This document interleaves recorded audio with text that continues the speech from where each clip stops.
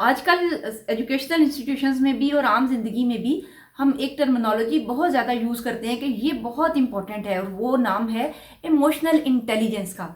यानी ये जाना जाए कि कौन सी बात कब कहाँ और कैसे करनी है। एक तो एकेडमिक नॉलेज है कि आपने ये सीख लिया कि अच्छा ये बातें, ये इल्म है, ये नॉलेज है, और इस नॉलेज की इम्प्लीमेंटेशन कैसे करनी है, कहाँ पर उसको यूटिलाइज करना है, ये इमोशनल इंटेलिजेंस कहलाता है। और आजकल जो मॉडर्न टेक्नोलॉजी जो एक तरीकाकार है उसमें इसकी बहुत अहमियत है। मैनेजमेंट साइंसेज में और इस तरह की बहुत सी जगहों पर हमें ये टर्मिनोलॉजी बहुत सुनने में आती है कि अच्छा इमोशनली इंटेलिजेंट होना चाहिए, इमोशनली इक्विप्ड होना चाहिए, emotional intelligence even artificial intelligence में इस्तेमाल हो रही है। अच्छा, मैंने ये नोटिस किया है कि जो इमोशनल इंटेलिजेंस है ना, ये हमारे अंदर पैदा हो जाती है, यानी हम सीख लेते हैं, हम तकरीबन अप्रोप्रिएटली बिहेव करना सीख जाते हैं माशरे में। और हमें पता है कि डिसीजन मेकिंग, प्रॉब्लम सॉल्विंग, लोगों के साथ डीलिंग, हमारा नफ़ा नुकसान क्या है, हम इसको पहचानते हुए काफ़ी हद तक ये चीज़ अपनी ज़िंदगियों में एग्जीक्यूट करने में कामयाब हो जाते हैं। क्या चीज़ नहीं हो पाती है? एक चीज़ है जिसको मैं ये कहूँगी, वो है इमोशनल स्ट्रेंथ। इमोशनल स्ट्रेंथ बहुत सब्जेक्टिव चीज़ है। यानी मैं इमोशनली इंटेलिजेंट हूँ, मुझे पता है कि अच्छा ये मैं इस जगह पर जॉब करती हूँ, मुझे इन लोगों के साथ कैसे गेट अलॉन्ग होना है, कौन सी बात इनको नहीं करनी है, किस बात का मुझे जवाब आता है लेकिन मैं इनको नहीं कहूँगी क्योंकि मुझे इस चीज़ का नुकसान हो सकता है। लेकिन जो इमोशनल स्ट्रेंथ है ना, इसका ये मतलब है कि हमारे अंदर डिप्रेशन का, यानी चीज़ों को, जो अपनी नेगेटिव फीलिंग्स है उनको दबा देने का जज्बा कितना है, हम कितना रिप्रेस कर सकते हैं, किस हद तक हम फॉरगेट एंड फॉरगिव करके आगे बढ़ सकते हैं।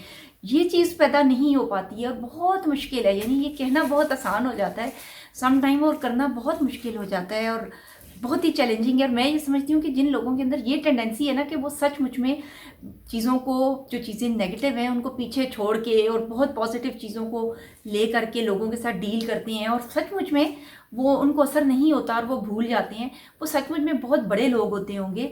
और आम जिंदगी में हम इमोशनली इंटेलिजेंट तो हो जाते हैं लेकिन इमोशनली स्ट्रॉन्ग नहीं हो पाते हैं। इमोशनल स्ट्रेंथ कैसे आती है, ये एक ऐसा टॉपिक है कि जिसके ऊपर मैं भी अभी तक सोच रही हूँ कि मैं अपने अंदर इमोशनल स्ट्रेंथ कैसे इंक्रीज कर सकती हूँ। क्योंकि हम समहाउ एक टाइम पे ना ग्रजेस का शिकार भी होते हैं।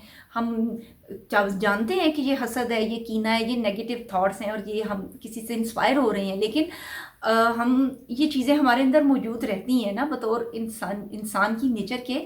हम उनको आइडेंटिफाई करते हैं और हम कोशिश करते हैं कि हम उन पर अमल ना करें, लेकिन हमारे अंदर, हमारी साइकी में वो मौजूद रहती हैं। और इनको शायद ख़त्म करने का तरीका क्या है, इनको ख़त्म करने का, इमोशनल स्ट्रेंथ गेन करने का एक तरीका तो यह है कि ख़ुद को ज़्यादा से ज़्यादा ऐसे मशागिल में मसरूफ़ रखा जाए कि जो हमें पसंद है, कुछ ना कुछ हमारी पसंद के मशगले शामिल हों। चाहे हम जो काम करते हैं या हमारी जो रूटीन है वो इतनी पसंदीदा नहीं भी है हमारे लिए, लेकिन कोई ना कोई चीज़ें ऐसी हों दिन भर में कि जो हमें थोड़ी सी स्ट्रेंथ देती हों, एक फ्रेश एयर हमारे लिए देती हों।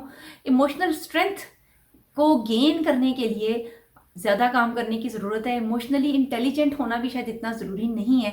समटाइम इमोशनली इंटेलिजेंट होना हमें लेस अथेंटिक बना देता है। यानी मैं चूँकि इमोशनली इंटेलिजेंट हूँ इसलिए मैं ओरिजिनल और अथेंटिक नहीं हूँ। जो मैं किसी चीज़ के बारे में, लोगों के बारे में सचमुच में मेरी फीलिंग्स है, मैं वो शो नहीं कर रही, शो अप नहीं कर रही, बल्कि मैं वो चीज़ें बता रही हूँ कि जो दूसरा लोग सुनना चाहते हैं, या जो मैं अपने आप को दूसरों की नज़र में एक मास्किंग करके प्रेजेंट करना चाह रही हूँ, वो मेरा ट्रू सेल्फ नहीं है।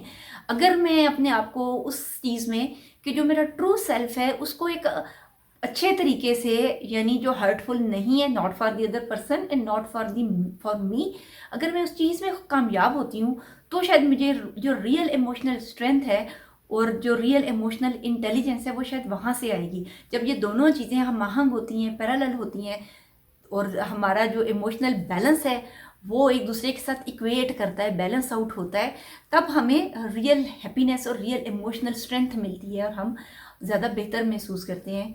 अपना भी एक्सपीरियंस शेयर कीजिएगा कि आपके साथ ऐसा होता है कि आपने कभी अपने आप को इमोशनली वीक महसूस किया, और इमोशनल वीक होने के लम्हों में आप क्या करते हैं। मिलते हैं अगले क्लिप में। अल्लाह हाफिज़।